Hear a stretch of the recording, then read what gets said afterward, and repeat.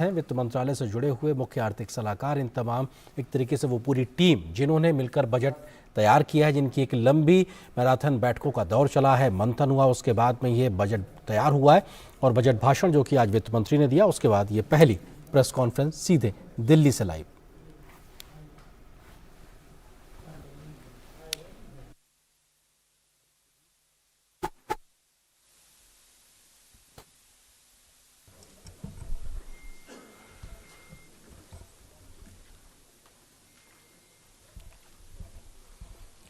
Good afternoon, friends.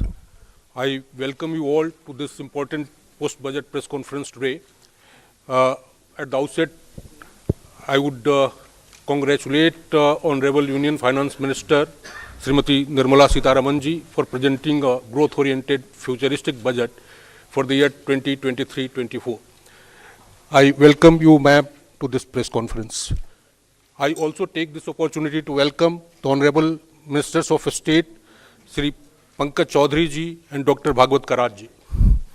On this occasion, we also have with us Finance Secretary Expenditure, Dr. T.V. Somanathan, Secretary Economic Affairs, Sri Ajay Seth, Secretary Deepam, Sri Tuhin Kant Pandey, Secretary Revenue, Sri Sanjay Malhotra, Secretary Financial Services, Sri Vivek Joshi, Chief Economic Advisor, Sri V. Anant Nageshwaran. I welcome you all to this press conference. Friends, first the Honorable Minister will give her opening remarks. Thereafter, we will be taking questions from you. Before I request the Honorable Minister, I must request you all to please follow the norm of one organization, one person, one question, please. Don't club too many questions together. That will help us give opportunity to friends. With this, I request Honorable Minister of Finance to proceed. Please begin the opening remarks.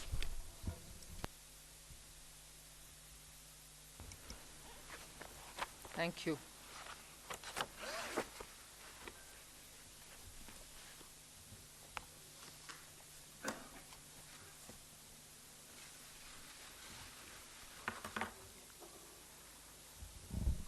Good evening, and thank you for being here now after the budget has been laid on the table of the House.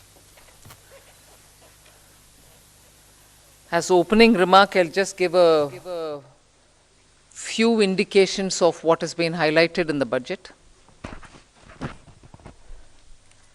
Broadly, I think the four emphasis points are on empowering women, giving a lot more attention to the SHG groups which are in the rural areas, trying to scale them up, give them the opportunity to brand and produce and also market their products in a far more scaled up and professional manner. Emphasis on tourism and training of youth for readying themselves for tourism, specific action for 50 destinations where comprehensive tourism action plans will be introduced. Then what is being called as PM Vikas, looking at Vishwakarma, people who create things, make things out of their hands using tools. In some states they are called Vishwakarmas, in some other states some castes are referred to as Vishwakarma, but what we mean here is to cover all those artisans and craftspeople who do things with their hands using some tools, so not specifically only to some particular communities, but to all who create the soft power of India through their craftsmanship. Then the four is green growth, the fourth one, which is in every sphere of life we have policy interventions and enabling provisions made so that India moves fast on the transition to renewable energy, the investments made for hydrogen mission, renewable energy transitional facilities which we need, natural gas, and also looking at biogas. also evacuation of power from renewable energy sources located in Ladakh to the rest of the country. So those are 4 highlights which I'd like you to go back to see the scale in which we are approaching these issues and the impact that it will have on large sections of India's population. Then, of course, I gave 7 priorities, which began with talking about inclusive growth, investments in infrastructure, also reaching the last mile so that those who are still left without a house or a sanitary facility or a road which is reaching them, and so on. So the last mile, reaching the last mile for those who desperately need that kind of a link are all being covered. Then we are also looking at a very futuristic fintech financial sector for which we have brought in some specific ideas. We are looking at also improving the industrialization of this country, where people will be trained for Industrial Revolution 4.0, which means they're going to be trained for AI, IoT, using Web3 in other words. So training manpower to ready themselves for industries which are rapidly becoming industrialized in the Web3 context. Then digital economy, unleashing the digital power of India in various walks of life, setting up an artificial intelligence research center, center for excellence. So all these are in part A. There's a lot of increase in the agriculture credit availability, 20 lakhs being made available for agriculture credit. Also a sub-scheme under the PM Matsya Sampada Yojana, making sure that people living in the coastal areas are going to benefit from it, fishermen are going to benefit from it. Now, if largely the part A has looked at these, part B has aimed at rationalizing the customs duties, also making sure personal income tax, after a very long time, has had substantial changes which will benefit the middle class. And also because this country has been waiting for direct taxation to be simplified, also waiting for direct taxation to be a lot more easy in compliance, and therefore the new taxation regime that we brought in for direct taxation 2-3 years ago has now got greater incentives, greater attraction, so that people can unhesitatingly move from the old to the new. Of course, we are not compelling anybody. Those who want to remain in old can still remain there for enough justifications that they can have. But the new one obviously is now attractive because it gives greater rebate. It also provides for a simplified and smaller slabs, lower rates of taxation, and also slabs which are nicely broken down. So with all this, I think the budget, I have not gone into specifics, but I thought as an opening remark, this much will be sufficient to say this is a budget which is beautifully balanced, both growth considerations, because the capital investment has never before seen double-digit investment announcements. 10 lakh crore, which includes 1.3 lakh crores being given to states, is going to give a big leg up for capital investment from government.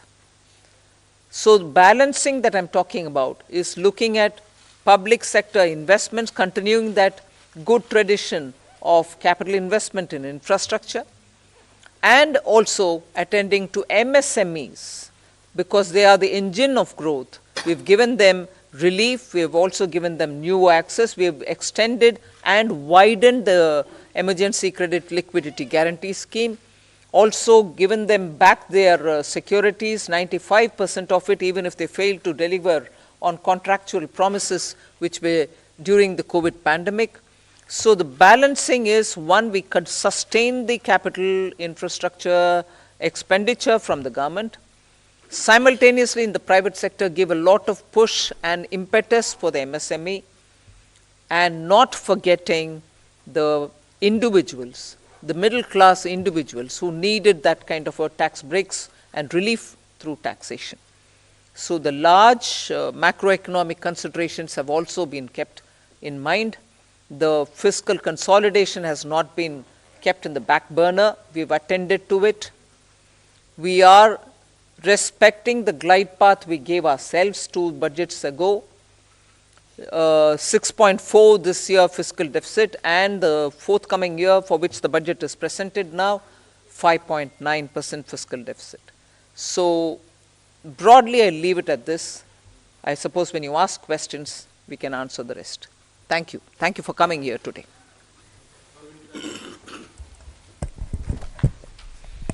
Good afternoon, ma'am. Good afternoon, ma'am. Shishir here from Hindu Business Line.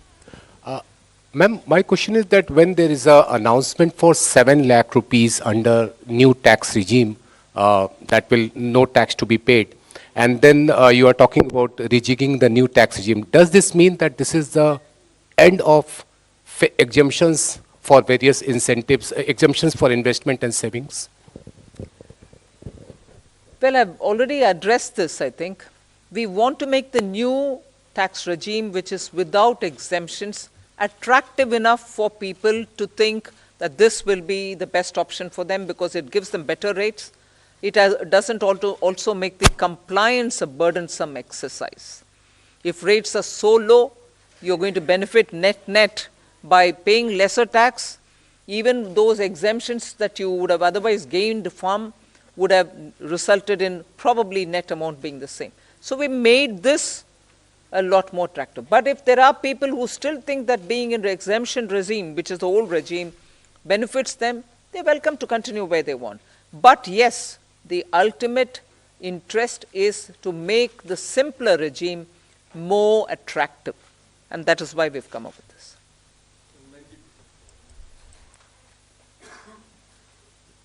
Ma'am, firstly, many congratulations on that fiscal consolidation, because I keep asking you that question. But the issue today is about people in terms of, there is a big gamble in terms of capital expenditure. When you do that, does it actually trickle down to the people? Does it create jobs? I know you've been doing this for the last 2 years. Are you sure that this will really trigger off job creation, one, to, money in the hands of the poor people? The second, of course, is about inflation, which again, you, like last year, you haven't really touched about it, but you have had the letter from RBI. Your chief economic advisor yesterday says we are in uncertain times, but we hope that it will be under the check of 4 to 6%, hopefully the lower band of RBI. What is your answer to both these points?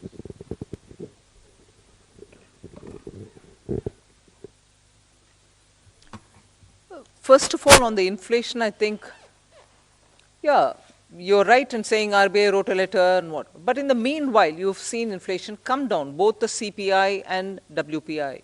Action is being taken by the government. We take inflation-related steps as and when things develop in the ground and in response to it. And that has borne result.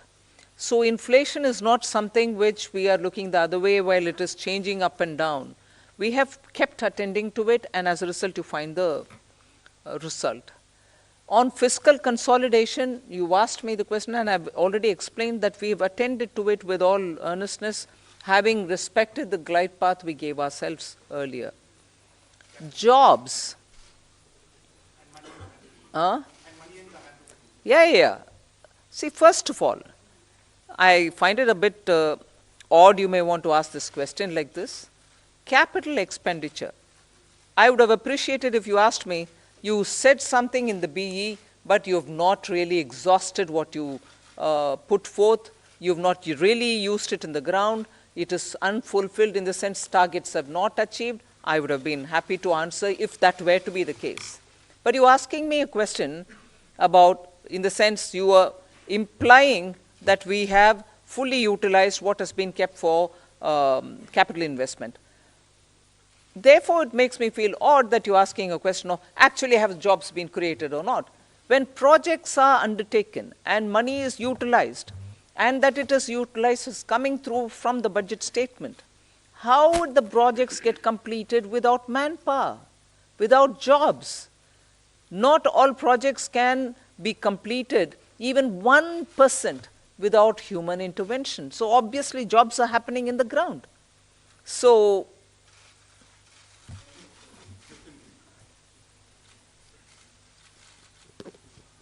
Ma'am, I want to ask you, ma'am here. Ma'am, I want to ask you what percentage of taxpayers had moved to the new tax regime in the last assessment year? And is there a number that you expect, 50%, 60%, whatever? And number two, ma'am, there's a specific mention for expenditure towards MSMEs. Now, is there an estimate of how much, what was the dues that companies had claimed as expenditure and which has not actually been paid to the MSMEs? Sanjay, you want to answer on?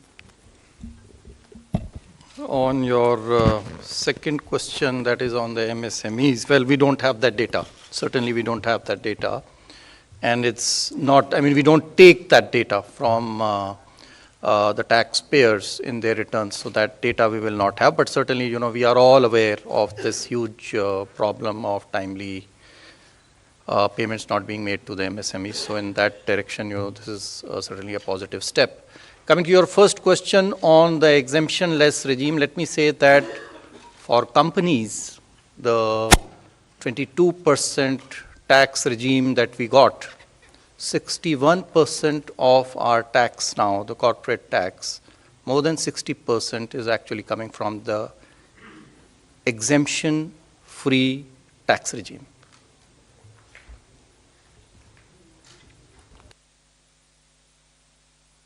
Individuals' data we will not have, but we are very hopeful that this particular scheme for individual taxpayers, the PIT, I think the majority would prefer. I mean, all of you, if you all do your own calculations, I think majority here would be now wanting to shift irrespective of their incomes and the deductions and exemptions that they claim.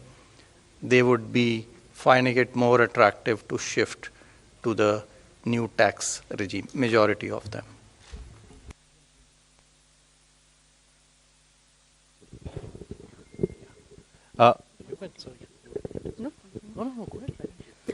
Ma'am, very good afternoon. Congratulations on a great budget. It's very clean, simple, nicely done. Ma'am, one quick question on CAPEX and one more on petroleum subsidy. Ma'am, your CAPEX for RE is lower actually in terms of the spend as of now. But the target is, you know, greatly stepped up for FY24. So what gives the confidence that it will be all utilized? That CAPEX RE is lower, ma'am. 7.28 versus slightly lower. And a big jump for FY24. So what gives the government the confidence that all of it is going to be utilized and well spent? That's one, ma'am. And second, ma'am, on the petroleum front, the LPG subsidy has been kept pretty low. You had announced certain additional measures last year in May, along with the deep cuts in excise on petrol, diesel. So what happens to those announcements regarding LPG subsidy? They have not been rolled over. And plus, ma'am, there is a demand coming in from oil cores now after LPG losses that you have made good by giving them money. That something needs to be done on fuel also. So would the government consider? What was the last bit? Something has to be done for who? Basically, demand coming in from oil cores in terms of... oil marketing companies. Yes, cash compensation. The money for which fuel. is now being given is not for that. Not for that, ma'am. So, all of it. So, on your first question on capital expenditure. So, yes, the revised estimates are about 97% or 98% of the budget estimate. Yes, there is a slight deviation. It's mainly on the state capital expenditure, which is falling short of the 1 lakh crore. Actually, the central capital expenditure is going to exceed the budget estimates. State capital expenditure is not expected to reach the 1 lakh crore figure because some portions of the state capital investment scheme have reform conditions. So some states have not been able to meet some of the conditions. Therefore, we expect, I think the figures are there, about 76% of the state capital expenditure scheme is likely to be spent. That's the revised estimate. So the shortfall is actually on the state side, not on the central side. Point number one. What gives you the confidence for next year? I think if you look at the allocations that have been made, they've made in actually the increments are in 4 clear areas. One, railways. The railways has enough projects to absorb the additional capital expenditure. The second is highways. They have adequate projects running to absorb this capital expenditure. The third is states, 30,000 crores. Now, yes, that there will always be a challenge, but I think the states are gearing up now. This 2 years of this experiment has helped them to improve their spending capacity. And we are also seeing an uptick in the second half of this year on the state capital expenditure. So I'm reasonably confident that the states will absorb the 1,30,000 that has been provided. And the other big item on the central side is the petroleum capital expenditure, which is for retrofitting of refineries to meet emission standards and pollution standards, and partly for augmenting our strategic reserves.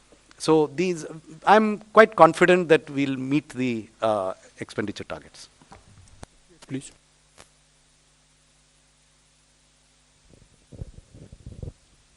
Tarun Sharma from Zee Business. Ma'am, जो disinvestment का जो target है वो 65,000 से 50,000 किया है और next year का 51,000 किया है। तो मैम, इससे हम ये समझें कि जो दो गवर्नमेंट बैंक का जो प्राइवेटाइजेशन होना था और जो 2 इंश्योरेंस कंपनीज का जो प्राइवेटाइजेशन होना था वो अब 2024 के बाद ही संभव हो पाएगा, उससे पहले नहीं हो पाएगा, क्योंकि मैम जो टारगेट ये कर रहे हैं। दूसरा सवाल मेरा संजय सर से है।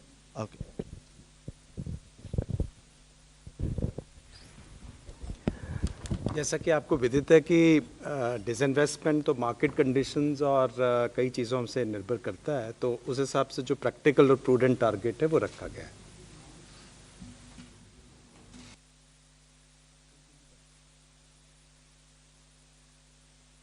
Ma'am, I am Monica from the New Indian Express. Ma'am, what was the need to lower effective tax rate for high income group at this point in time? And also tax collection at source has been increased from 5% to 20% on overseas tour package. So what is the reason behind this massive increase? See, the tour packages are generally taken by people whose effective tax rate is certainly more than 30%. So if we are charging them 20% TDS, I don't think it is high. We have, our attempt always has been to charge TDS at more or less similar rates, if not exactly the same rates. So that answers your question number 1. Question number 2 on, I think you are referring perhaps to surcharge, which has been reduced. Well, our rates, the highest tax rates in our country were amongst the highest, even more than, some of the developed countries. And so, in any case, it was introduced as an interim measure, and so that has now been reduced, so that the effective tax rate, highest effective tax rate becomes 39%. I'd just like to supplement that. There is a consistent theme, if you see, both on the new tax regime and on the changes that you're seeing in this budget, that the move is towards lower rates, but fewer avoidance measures and exemptions. So if you look at high net worth individuals, there are a number of tax avoidance removal measures in this budget, along with the reduction in surcharge. So if you look at market-linked debentures, if you look at very high-value insurance policies, and a few other measures. So the marginal rate is coming down, but some of the devices used predominantly by those in that highest marginal tax rate are also being rationalized. So it's not necessarily a net reduction, it is a reduction from a high marginal rate inducing certain avoidance devices to a lower marginal rate with fewer opportunities to avoid.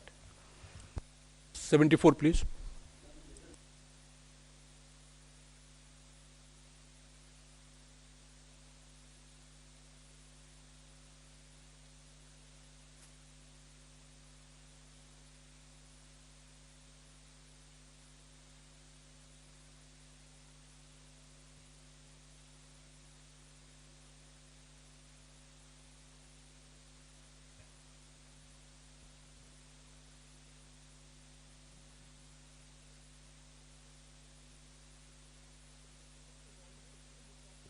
one's mind being part of a political party. But consistent with what we believe, we placed our emphasis and priorities on those. And that's what you've seen in the budget.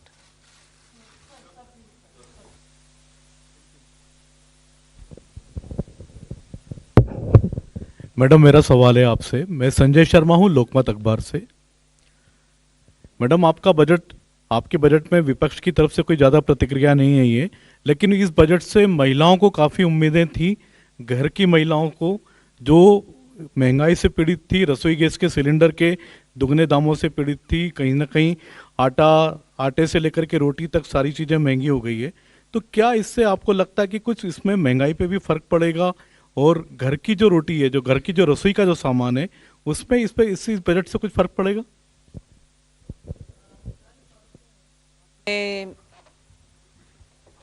Government का निर्णय को देखे होंगे कि गेहूं के लिए market में रिलीज करने के लिए आदेश हुआ है, जिससे गेहूं के दाम कम होने के इतना क्लियर इंडिकेशन है, जिससे सीधा घर में रसोई में फर्क पड़ेगा ही पड़ेगा। सो उसको आप बोलना नहीं है। ये नहीं है कि मैं उसके ऊपर कुछ बजट में नहीं बोले, मगर बजट से बोलने से पहले एक्शन ही हो गया है ना, कि घर की रसोई के लिए गेहूं आटा के लिए मार्केट में रिलीज करने के लिए निर्णय सरकार ऑलरेडी कर चुकी है। एक मिनट। साथ ही साथ जो है महिला जो है वो भी एक परिवार का सदस्य है, तो जो रिलीफ जो इतना टैक्स पर्सनल इनकम टैक्स में दिया गया है वो भी परिवार के पास में और महिला के पास में आएगा, उसके हाथ में आएगा, जिससे वो अपना घर का खर्चा चला सकती है। सो वो भी एक महिला के लिए, हमें नहीं देखना चाहिए कि महिला के लिए नहीं है, वो भी महिला के लिए एक बेनिफिट है। गेहूं पुरुषों के लिए भी है और महिला के लिए टैक्स भी है। Hi ma'am, Meghna Mittal from ET Now. The fiscal glide path that you have given is 4.5% by 2025-26, which may be considered slightly bold, but does it also indicate your confidence in continuing tax buoyancy in the coming years? Somanathan has already answered it. Yes, tax buoyancy, as you saw even yesterday, GST collection figures have come. Direct taxation buoyancy is also observed in the current year. That is one thing. I think to the credit of this team, there's been a very robust management of macroeconomics. That certainly bears an impact. So all of us might talk about this particular step or that particular step, but I think together, revenue, expenditure, disinvestment, banking, all of us together have worked in such a way that where you can earn more through tax avoidance related measures, and similarly where you can bring in more people into the tax net, you are taking steps. Similarly, prudent ways of effective expenditure without cutting down expenditure, committed expenditure or other expenditure, are all ways in which you're making money mean more, and for every rupee that you spend, you get a better set of returns. So I think efficient management also has a very big role to play here. I just wanted to add to your question. The estimates in the budget, the revenue estimates in the budget, do not assume a buoyancy greater than 1 for the coming financial year. It assumes a buoyancy of 1. Gross taxes are expected to grow by the same 10.5%, by which we have estimated the GDP to grow, which is slightly lower than the figure implied by the economic survey. And therefore, we are assuming only a buoyancy of 1. But if the experience of this year is repeated next year, then it may in fact be more than 1. But we have taken a conservative assumption. And I think the very fact that the commitment to 4.5% was reiterated word by word in this budget gives you an indication that we feel that we have the means and the ability to reach that target by 2025-26. I would also point out that many of our expenditure increases are on discretionary spends. We have kept a very tight lid on the irreducible types of expenditure, and therefore there is room in the budget, both on the revenue side and on the expenditure side, for us to reach that fiscal deficit target by 2025-26. And it is not lightly that the Finance Minister has reiterated it in Parliament today. Ma'am, Timsi Jaipuria from CNBC TV 18. Ma'am, I have two questions. Firstly, on the TDS reforms, you've come out with two specific reforms. For one, 20% TDS on foreign investments. Why has this been introduced? Is it to curb the flight of capital or investments which was going outside the country? And secondly, on students who are going outside to study, on that also the TDS has come, there's a 5% that has been levied, or it has been reduced. There is no change on education, or absolutely not. That's wrong. Your facts are wrong. But what happens to the amount that one spends in staying there as a student? First correct the thing which you've said, because yours is a very powerful voice, and that can spread among your dosts, and that can go out. No change has been made for education or health purpose, LRS. Please, I hope my voice is audible much more than Timsi's. Thank you for correcting me, ma'am. But on the foreign capital, on the foreign investment, the TDS of 20%, if you could explain the rationale. I think this question was asked, and I already answered it, to say that this is actually coming from income, and the income tax rates for those categories of people who are using this LRS to send money outside is much more than 20%. And so they were in any case, to pay for the tax. And in case they don't have to pay for the tax, they can always get a refund.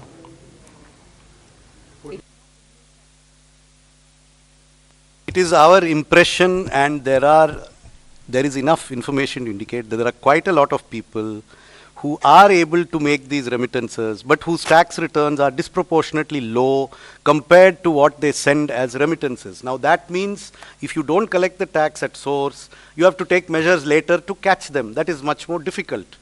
If you are able to make remittances to invest in a property in Manhattan or in a stock brokerage account in Dubai, or if you are going to take a 30-day tour of the world, almost certainly your effective tax rate will be 20%.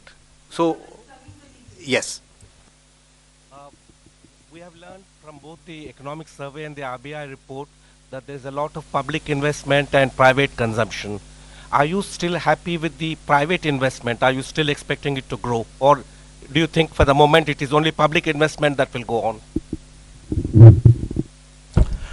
on? Hi, yesterday in the press conference, we answered this question, and we also had a slide up there in the presentation we made yesterday, that private capital investment has been improving every year in the last 3 years. For example, in the first half of 2021, based on quarterly earnings reports filed by listed companies, the capital expenditure was 2.1 lakh crores, which increased to 2.4 lakh crores in 21-22 in the first half, April to September. And 22-23, it has gone up to 3.3 lakh crores. And then you look at the RBI survey on capacity utilization and investment spending plans of the respondents. There is a very clear sign that many private sector companies are looking to enhance their capital expenditure. So both in terms of intent and in terms of actual spend, private capital investment is showing very clear signs of revival. Thank you.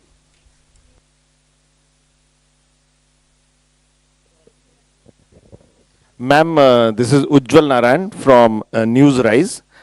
Ma'am, this is your 5th budget, and when you started in the first budget, you talk about India reaching to a 5 trillion economy by 2025.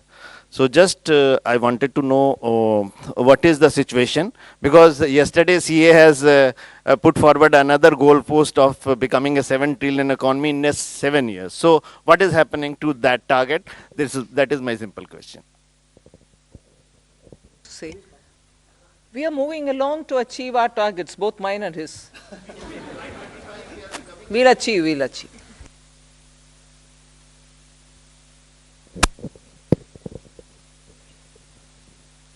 Good afternoon, ma'am. This is Chetan from India Today Group. Ma'am, while calculating the fiscal maths for FY24, how did you assume the disruptive variables like the crude prices and, of course, China unlocking and its impact on commodity prices? What was the benchmark that you were the thinking behind the rationale? This is a question that keeps coming every budget, and I keep giving you the same answer.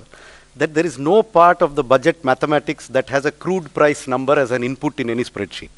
See, because there is no direct subsidy on any petroleum product. Unlike the fertilizer price or the price of the MSP, these have direct impacts on the budget.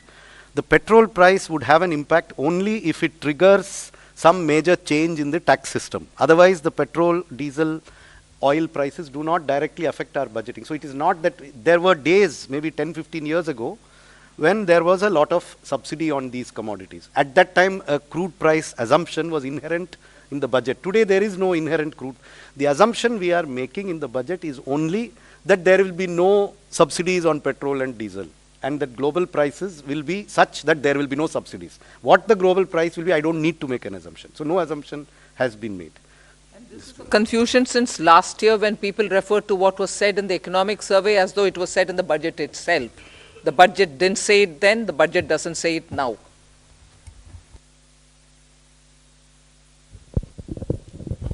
मैं आमिर हूँ news nation से। पहला सवाल तो ये कि जब शुरुआत हुई थी एक तरह से मोदी सरकार की, तो कहा था कि अर्थव्यवस्था को बेहतर करने के लिए कड़वे घूंट पीने पड़ेंगे और बहुत ही कड़े मेजर्स लिए गए स्टार्टिंग में। लेकिन आज ये देख रहे हैं कि सरकार ने कड़वे घूंट पिए हैं जनता को खुश देखने के लिए। तो क्या ये एक चुनावी बजट है, इसको मानती है? और पहला ये, दूसरा ये कि इनकम टैक्स में जिस तरह से जो छूट की सीमा है, जो पहला फेज़ है आपका जिसमें 7 लाख तक की छूट है, तो उसमें वो फेज़ आपको लगता है कि इससे राजस्व पर भार पड़ेगा? कितना भार पड़ेगा, कोई एस्टिमेट है इसमें? We have said it in the budget speech itself as to what is the net revenue foregone. उसका घोषणा ही कर चुके हैं हम, हिडन नहीं रखे। सो वो आ गया है 35,000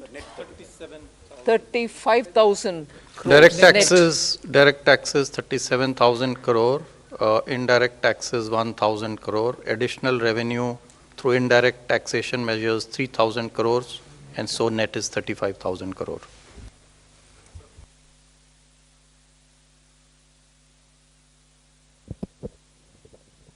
This is Anuradha from Economic Times.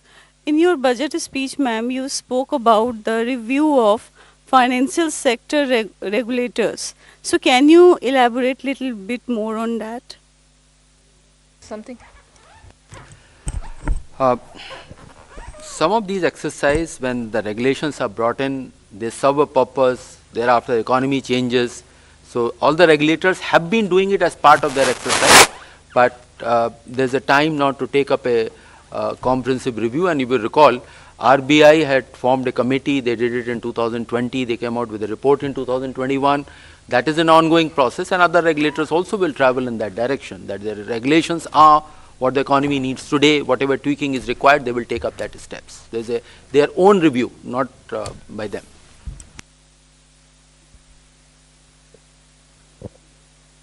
Ma'am, congratulations on your penultimate budget. And ma'am, am I audible, ma'am?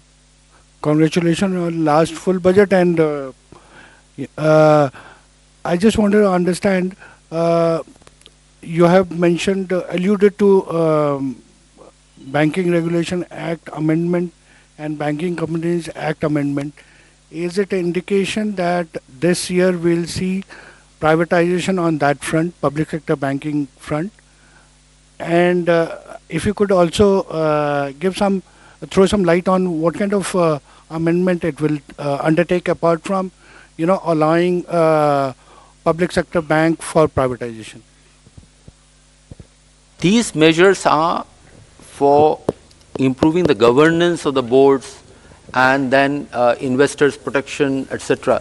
These are not to do with any disinvestment or the privatization measures. These are the different set of measures.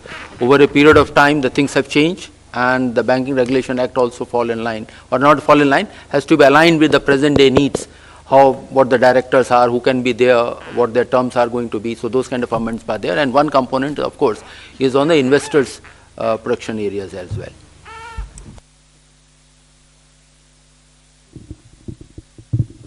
Good afternoon, ma'am. I'm Rima Sharma from Pratibimba Life.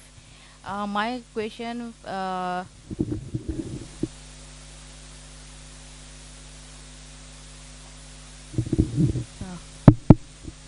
my question is regarding MSME sector in the northeast, especially in Assam. During pandemic, that Assam handloom sector and bamboo sector badly affected. Many artisans forced to close their work. So in your budget, you have saying something MSME sector. You have given some relief and widen the possibilities. So as Gamusa also getting GI tag this time. So do you have any special relief for the Assam and northeastern artisans, especially in the handloom sector and bamboo sector?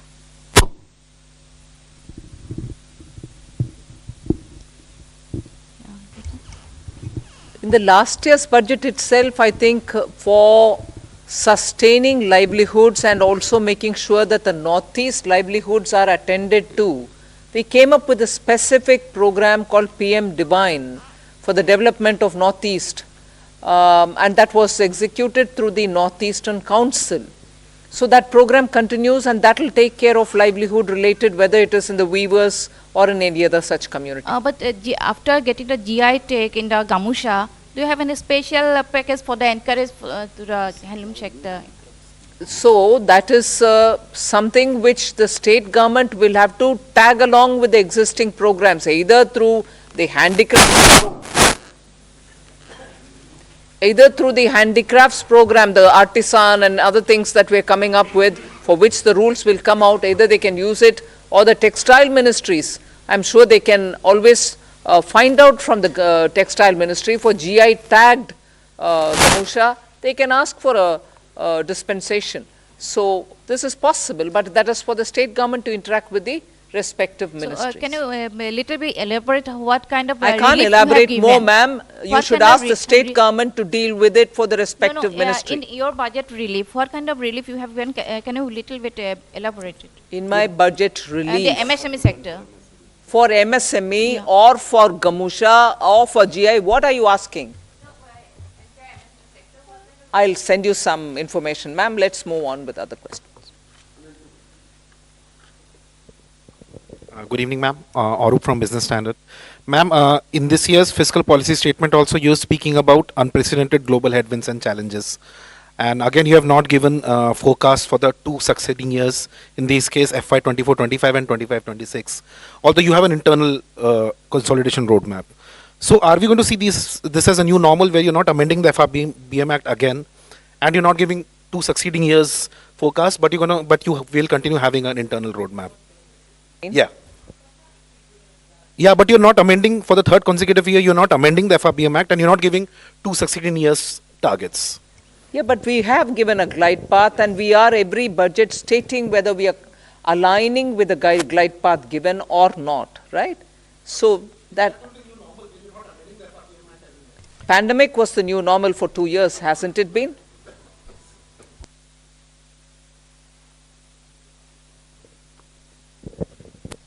Hi, I'm Siddharth from Money Control here. The gross borrowing number is 15.4 lakh crores, net is the gross borrowing is 15.4 lakh, net is 11.8 lakh. Especially with real interest rates returning to positive territory in the last few months with the RBI hiking rates, do you see borrowing costs for companies rising, especially and perhaps the government crowding out the private sector, and could that impact private investments? So I think the question of crowding out, actually the increase in borrowing over the previous year is 8%. The economy has grown at a nominal rate of 15%. Over this same period. So this is a level of borrowing which I think will not lead to any incremental crowding out. In fact, as a percentage of the size of the nominal economy, the total gross borrowing is actually going to be lower in 23-24 than in 22-23. So incremental crowding out, I think, is not a significant issue, and that I do not think will lead to any impact on borrowing costs in the private sector.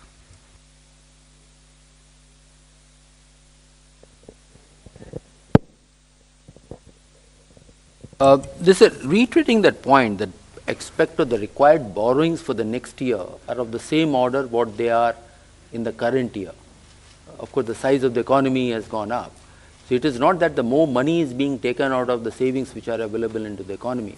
So we don't see that impacting because it is of the same order. And even if you go 2 years back and just increase by nominal rates, the borrowings are, net borrowings are of the same order. In fact, they are less than 2% more than the actuals. The figures stated were, I think, for the BE, but actually it will be only, estimates are that it will be less than 2%. Economy is nominally expected to grow at more than 10.5%. So, I mean, that should answer your question. Ma'am, Ishwarya Paliwal from India Today. Ma'am, opposition parties have been calling this Nil Batta Sannata not good enough budget. Your comments? Follow your Hindi. Would you say that again? Ma'am, they said not good enough. Most of the opposition parties for the budget. Ma'am, your comment on that? For what reasons, if I may know? Not good enough for? What reasons, ma'am? If you would like to repeat their words. They have said, ma'am, most of the political parties. I'm saying, if you could please repeat their words and say, not good enough, for what reasons per se? They said nothing for the, they said nothing much for the middle class. What? Most of the, yeah, this is what those parties. Ma'am, do you believe India will remain a bright spot, ma'am? Please do. Agle mein kya? Next question, please.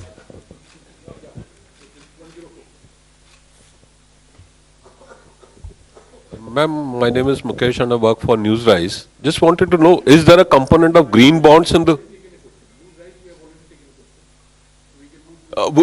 does it contain green bonds also? I mean, what would be the component of green bonds? Sovereign green bonds. Repeat your question, please. You interrupted me. So basically, in this overall gross borrowing that we have for the year, what component of that would be in form of green bonds? See, for the current year of $2 billion, one installment has already been done 1 week back, another one will be done a week later. So for the next, and the monies which we are going to raise now through these bonds, $2 billion, will be used for the projects which have been identified. And if those projects require in the pipeline that they require more money, then we will raise money through the green bonds, but that will be part of the overall borrowings which have been suggested. Pardon? There is no target for green bonds for next year. It is something which will evolve as the year goes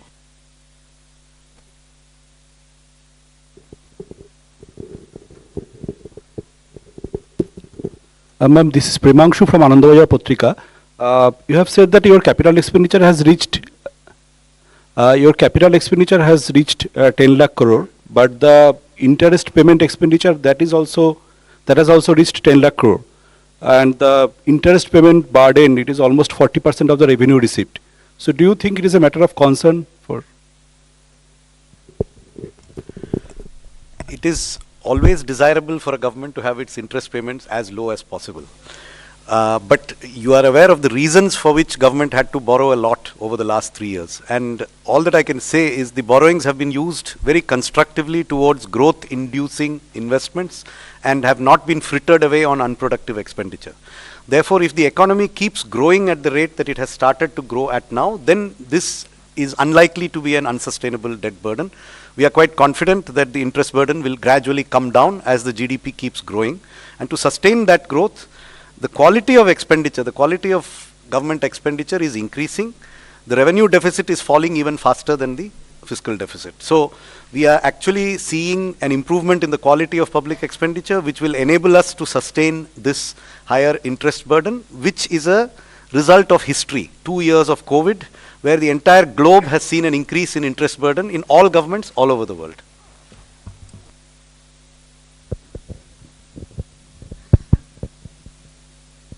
Good afternoon, ma'am. This is Karishma here from Business Today Television. Congratulations to you and everybody for yet another successful budget.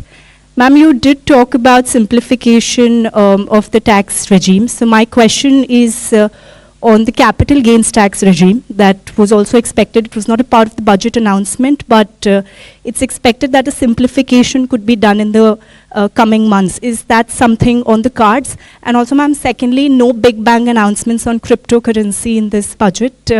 What is the kind of update with the consultation paper that had to be submitted also to the FSDC? For your question, first question, I have no answer because it's your expectation. You kept about it for the last few months, and then you want me to answer on that. But the revenue. Oh, have they been? They've not told me about it. No.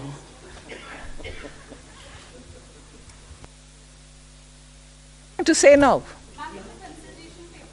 That's all right, but even then, there's nothing to say now.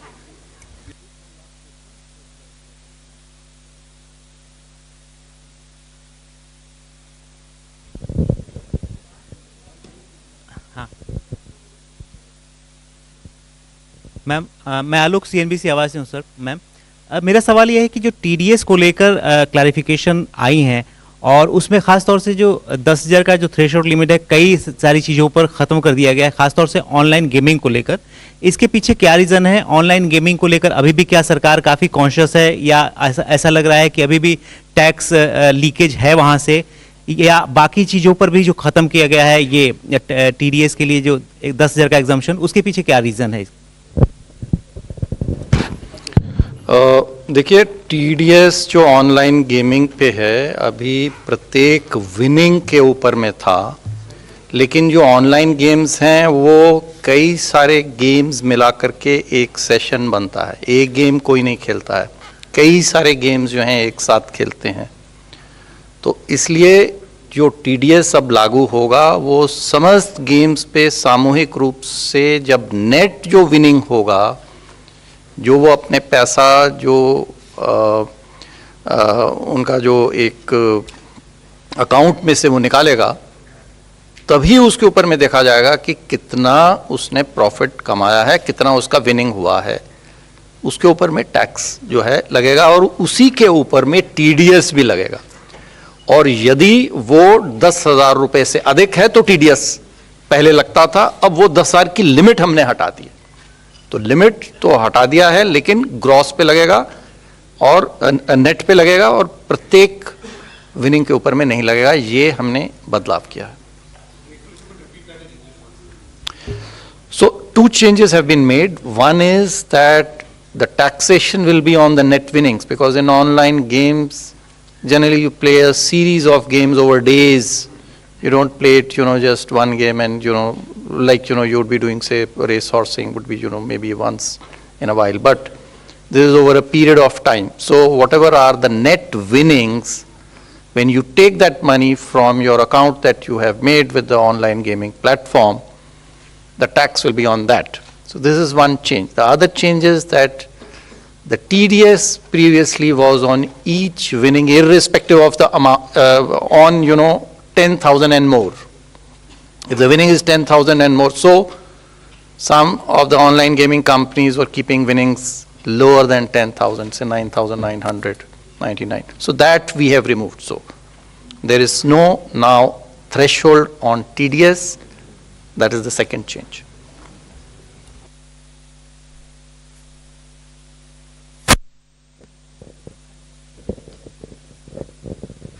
Hi ma'am, this is Priyashmita from Informist Media. Ma'am, I wanted to know that there has been an upward revision in the small savings estimates for FY23. However, data suggests that there is a shortfall. So how do you plan to achieve it? Yeah, it's a good question, and I mean it shows good awareness of our numbers. I'm happy to see people read our deep statements so with so much attention. It is a good question. What I can say is the market borrowing number is completely firm. That will not change. The remaining numbers have a little bit of fluidity, whether it is small savings, state government provident fund is a very fluid number. See, because if state governments change that number, it affects the overall balance of our funding plans. The market borrowing number is firm. The small savings number is there is traditionally a seasonality where a lot of small savings comes in the last quarter because people plan their taxes in the month of February and March. So there is usually an upsurge. Will it reach this number or not? You see, these numbers are subject to a number of assumptions. But we are confident that in aggregate, the other sources except market borrowing, the aggregate of them will be close to what we have estimated. And therefore, I don't think this will have any impact on markets. Now, in terms of small savings, again, the date from which these new schemes come into operation is yet to be decided. So there are a number of factors on which the small savings number could fluctuate. But I repeat, it will not affect the market borrowing numbers. No, she's talking about FY 22-23 is my impression. Current financial year. Yes, I'm also talking about that. Again, the next year, 14 months before the end of the year, I cannot be firm on next year's numbers, but they are as firm as we can make them 14 months ahead of time.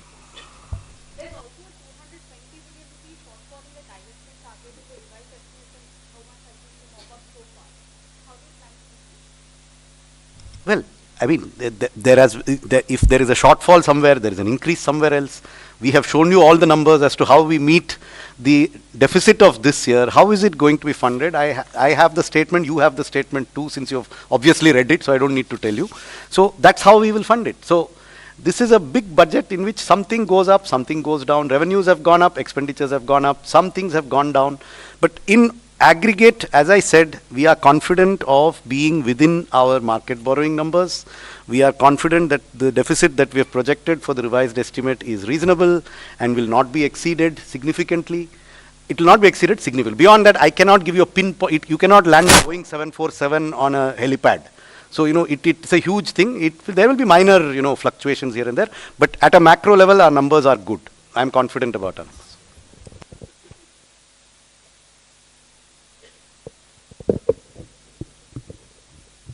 Ma'am नमस्कार, मेरा नाम महावीर सिंह है, freelancing करता हूँ। दो छोटे से स्पष्टीकरण चाहिए थे। एक तो 7 लाख रुपए तक की आय जो आपने कर मुक्त की है, वो दोनों उसमें है, पुराना और नया, या सिर्फ नए में है? ओके। और एक आपने घोषणा की कि जो गाड़ियों के स्क्रैप के लिए सरकार कोई सपोर्ट कर रही है, उसके पीछे क्या मंशा है सरकार की? क्यों इस तरह के उसको बढ़ावा दे रही?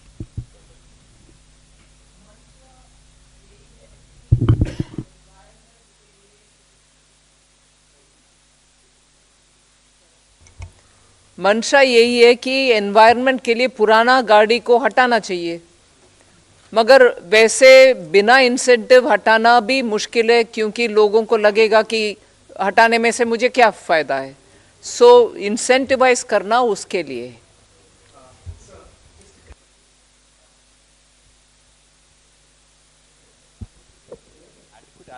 Scrapping of vehicles and replacement of vehicles as well. What is the kind of outlay that will be there and that we'll see in the coming fiscal? I can see there are two parts to it. For the central government, all central government vehicles that are beyond the 15-year age limit will be scrapped. Those of them that need to be replaced will be replaced. This money is provided for in different departmental budgets because it is not a macro number that is planned centrally. The number is significant. It exceeds 1,000 crores. What it exactly is, I also don't know. I'd have to add it up from several books. For state governments, we are making this part of the scheme for state capital investment. If they need to replace old state government vehicles, then that support will come from this scheme. And they have to meet certain conditions on meeting the national scrapping policy. The aim is to get rid of polluting old vehicles in the government sector.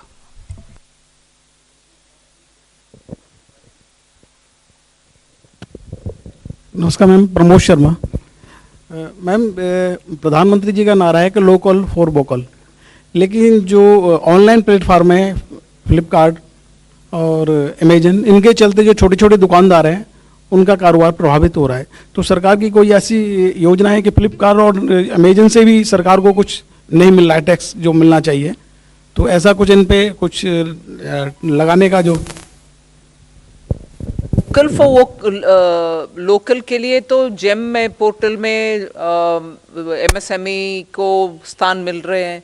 वो उनके अपने products को उनके द्वारा marketing outreach करने के लिए government e market place provision दे रहा है। So उनके लिए पॉजिटिव एक्शन है उधर.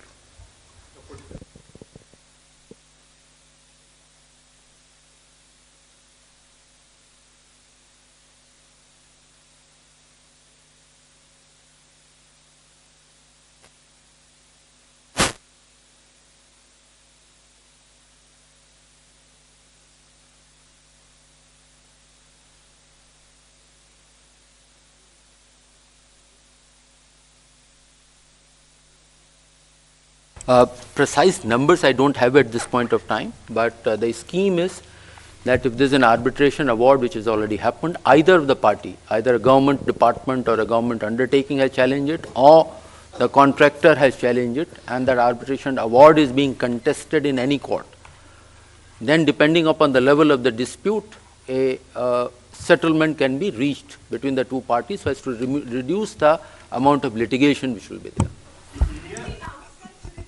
Yeah, it will be a voluntary, see, it is voluntary. Any dispute can be settled out of court by both parties. Traditionally, there are difficulties for government to take a discretionary decision on settling a dispute. So this will be a standardized set of terms depending on the nature of dispute and the level at which the dispute has been settled, or, I mean, has been where there's an arbitration award, where there's a court award, where there's a Supreme Court award. There are different levels at which there is certainty or uncertainty. We will be coming out with a draft scheme which will be put out for consultation very shortly from the Department of Expenditure. So, no, it is only for domestic. Only domestic disputes. It will not cover international arbitrations or international cases. Definitely not.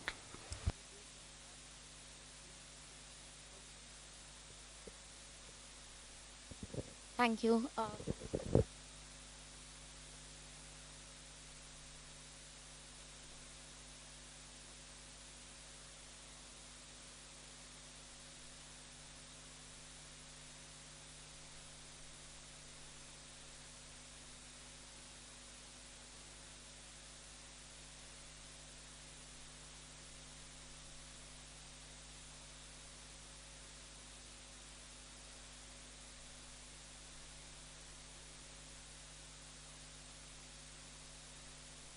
Want both of them to answer for each economic survey from his school of thought and us from our school of thought? We are not going to be talking about comparing the two and giving justification for one.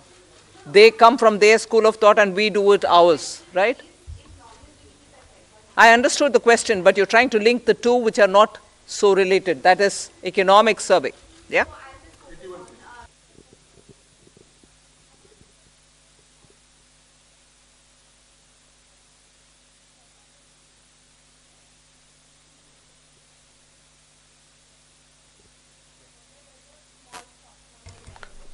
That is exactly what I mean. The dated security figure will not change regardless of changes in the other figures. That's your second question. On the first question of 10.5, remember there's a difference between an estimate in an economic survey which is given for general guidance and a budget which has to be used to fund expenditure. So we have to have numbers which are at a higher level of probability of being exceeded than the economic survey. So therefore, our number of 10.5 could come from any combination of inflation and real growth. We are expecting nominal growth to be at least 10.5%. That's the basis on which the budget is presented. Now, that can come from multiple combinations. I cannot tell you that it will be 6 and 4.5, or will it be 6.5 and 4, or will it be 7 and 3.5, or will it be 5.5. I mean, these are all, we are reasonably confident that we will exceed 10.5% nominal growth for the purposes of estimating our revenues, which is why we use that estimate.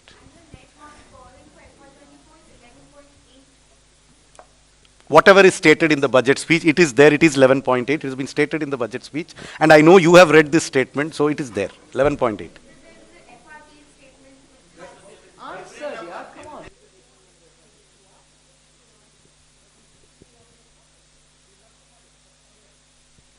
Good afternoon, ma'am. I am Nikun Johari from Reuters. You said that there will be changes to improve governance for banks.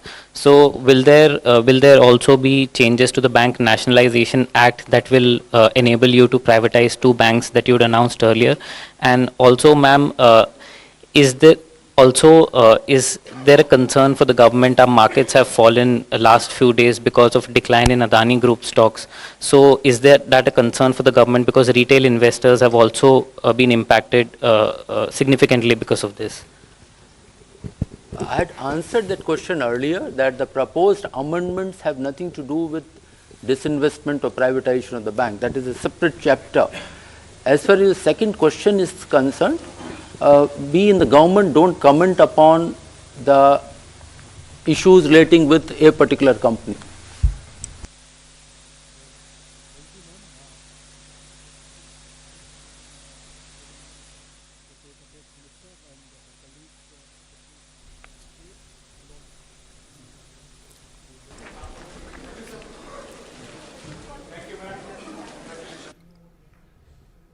तो आप देख रहे थे वित्त मंत्री निर्मला सीतारमन की press वार्ता, क्योंकि आज जब बजट पेश किया गया तो उसके बाद तमाम स्तर पर हम जानते हैं कि चर्चाओं का बाजार गर्म हो गया। हर ओर से आकलन किया जा रहा कि बजट कैसा रहा है इस बार। तो जो सवाल सबके जहन में रहे उनके सिलसिलेवार तरीके से वित्त मंत्री ने यहां जवाब दिए, और जो हमारे आपके जहन में भी सवाल हैं उनको लेकर भी डीडी न्यूज पर